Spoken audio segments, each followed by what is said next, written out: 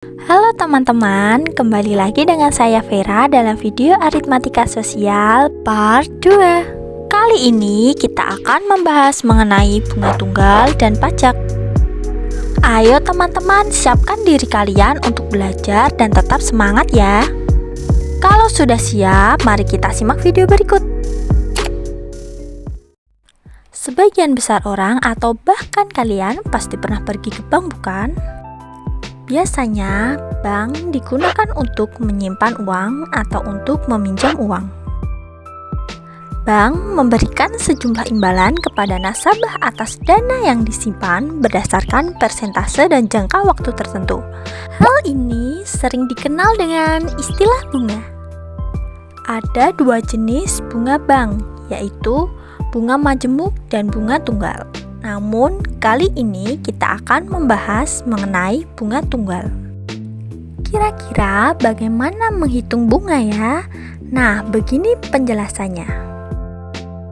Jika B sama dengan besar bunga tunggal, M sama dengan modal, B persen sama dengan persentase bunga, dan T sama dengan lama waktu, maka besarnya bunga tunggal setelah T tahun dapat dinyatakan dalam bentuk B sama dengan M dikali B persen dikali T, dan T bulan sama dengan M dikali B persen dikali T dibagi 12, karena 1 tahun sama dengan 12 bulan, dan T hari sama dengan M dikali B persen dikali T dibagi 360, karena 1 tahun sama dengan 360 hari. Sekarang, tahu kan teman-teman apa itu bunga tunggal dan rumusnya? Agar lebih jelas, kita akan membahas 3 kasus terkait aplikasi bunga di kehidupan. Yang pertama, menentukan besar bunga. Kedua, menentukan waktu menabung atau meminjam. Dan ketiga, menentukan besarnya persentase bunga. Kita masuk ke kasus 1, menentukan besar bunga. Diberikan soal sebagai berikut. Kevin menabung uang di bank sebesar 1 juta dengan bunga tunggal 12% per tahun. Maka berapa jumlah tabungan Kevin setelah 6 bulan ia menabung? Ini dia penjelasannya. Kita ketahui besar tabungan mula-mula Kevin di bank adalah 1 juta dengan bunga tunggal 12% per tahun. Yang ditanyakan berapa jumlah tabungan Kevin setelah 6 bulan ia menabung. Kita hitung terlebih dahulu bunga yang diperoleh Kevin selama 6 bulan dengan rumus sebagai berikut. Kita substitusikan sama dengan 1 juta dikali 12% atau 12 per 100 dikali 6 per 12 sama dengan 60.000.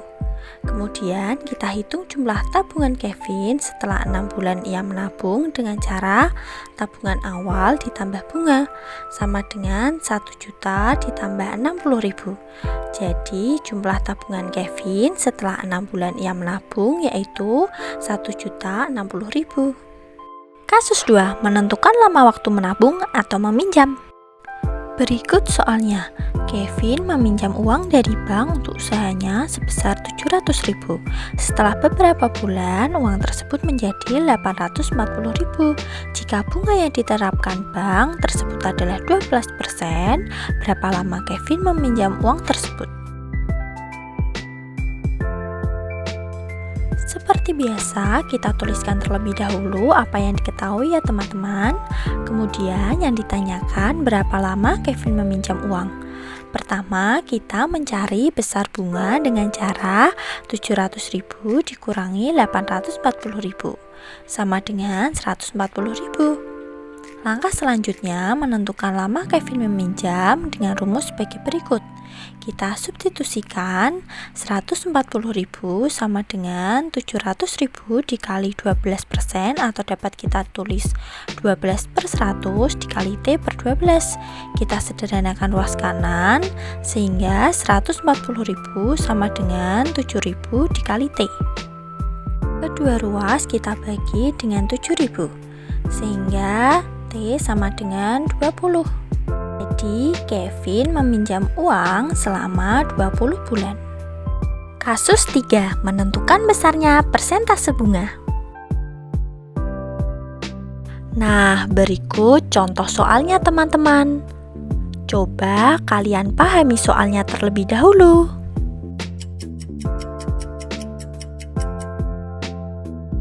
Coba perhatikan penjelasan berikut.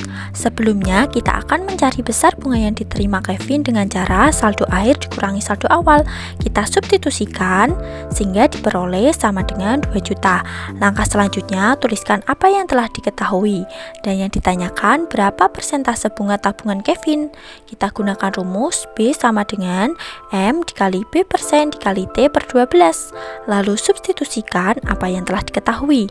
2 juta sama dengan 25 juta dikali B per 100 dikali 6 per 12.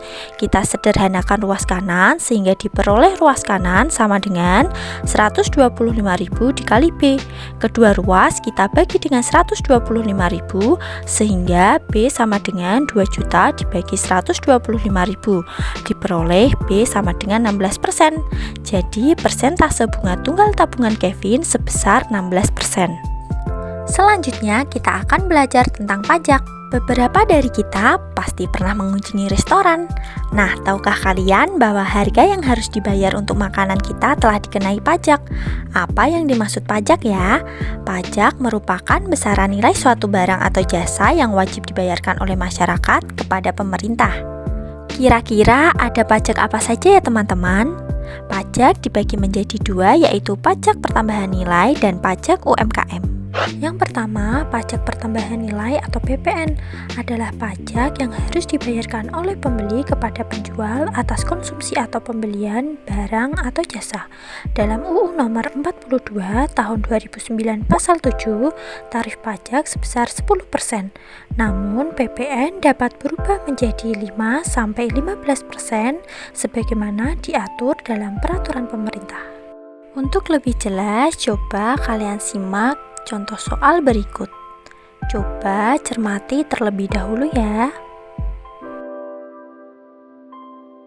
Berikut pembahasannya. Diketahui harga jual 55.000 dan besarnya pajak 10%. Yang ditanya berapa harga yang harus dibayar. Untuk menentukan berapa harga yang harus dibayar, terlebih dahulu kita menentukan besarnya PPN dengan cara pajak dikali harga jual. Kita substitusikan sama dengan 10/100 dikali 55.000 sama dengan 5.500. Setelah memperoleh besarnya PPN, langkah selanjutnya mencari harga yang harus dibayar atau harga akhir dengan cara harga jual ditambah PPN. Kita substitusikan sama dengan 55.000 ditambah 5.500. Jadi harga yang harus dibayar sebesar 60.500. Yang kedua, pajak UMKM atau usaha mikro kecil menengah adalah pajak yang harus dibayarkan oleh pengusaha kecil atau menengah kepada pemerintah. Besarnya pajak sebesar 1% dari omset. Nah, omset adalah jumlah uang dari hasil penjualan barang dagangan tertentu selama suatu masa jual.